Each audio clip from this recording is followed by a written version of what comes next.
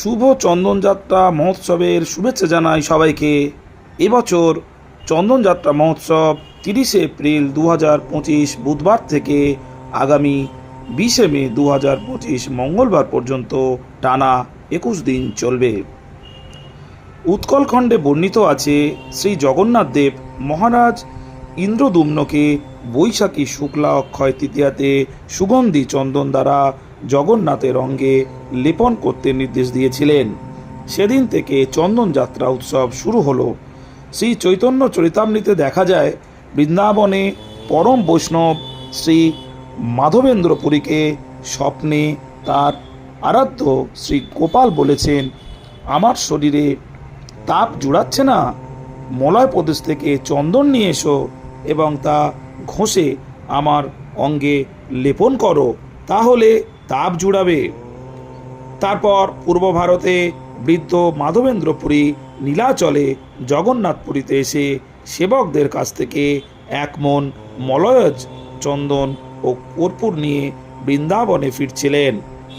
পথে রেমুনাতে শ্রী গোপীনাথ মন্দিরে আসেন।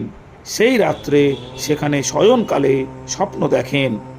গোপাল এসে বলছেন, হে মাধবেন্দ্র পুরী, আমি ইতিমধ্যেই সমস্ত চন্দন ও কর্পূর গ্রহণ করেছি।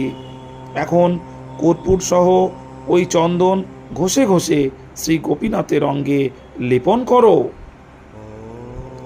গোপীনাথ ও আমি অভিন্ন। গোপীনাথের অঙ্গে চন্দন লাগালেই আমার অঙ্গ শীতল হবে। গ্রীষ্ম ঋতুতে শ্রীহরির অঙ্গে কর্পূর চন্দন লেপন করলে ভগবান শ্রীহরি প্রীত হন।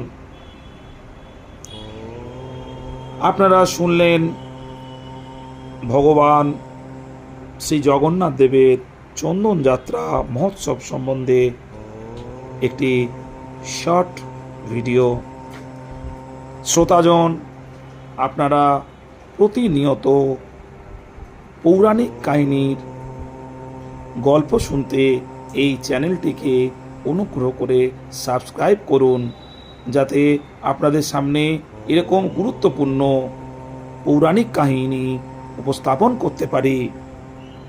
ভালো থাকবেন শ্রোতাজন, সুস্থ থাকবেন। হরে কৃষ্ণ।